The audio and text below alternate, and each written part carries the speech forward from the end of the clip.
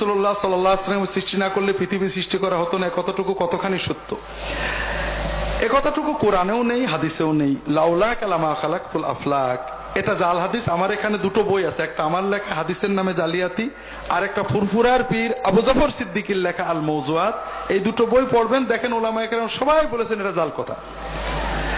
আর আমরা নবীজির দাম বাড়াই কি দিয়ে? নবীজি সৃষ্টি না হলে দুনিয়া সৃষ্টি হতো না, এটা কোনো নবীজির দাম বাড়ে না।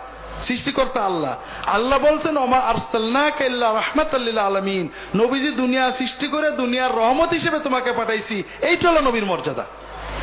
আমরা নবীর মর্যাদা ভণ্ডামি করে দিই। নবীজি নূরের তৈরি, নূরের তৈরির দাম বাড়ে কে বলেছে? ফেরেশতারা নূরের তৈরি, মা আদম মাটির তৈরি। কে কার সেজদা করলো? কোন না কে? তাহলে নূরের দাম বেশি না মাটির দাম বেশি?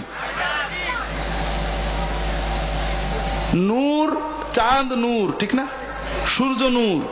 আপনার গোসল ফরজ হয়েছে, অজু ফরজ হয়েছে, গোসল অজু করার ক্ষমতা নেই। আপনি 1 ঘন্টা সূর্যের নূরে গোসল করলেন, 1 ঘন্টা চাঁদের নূরে গোসল করলেন, পাক হবেন? আর আপনি 1 সেকেন্ডে মাটিতে থাবা মেরে মুখ মুছে নিলেন, পাক হবেন না? মাটির দাম বেশি না নূরের দাম বেশি?